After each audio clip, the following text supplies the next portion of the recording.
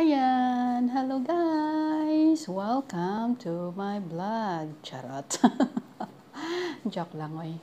Ano tawag ito? Ito na guys, wala kaming party sa Chinese New Year kasi wala kaming lamesa. Tadan!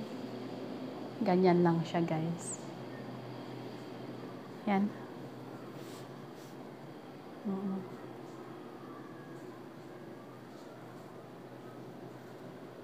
Sofa lang meron.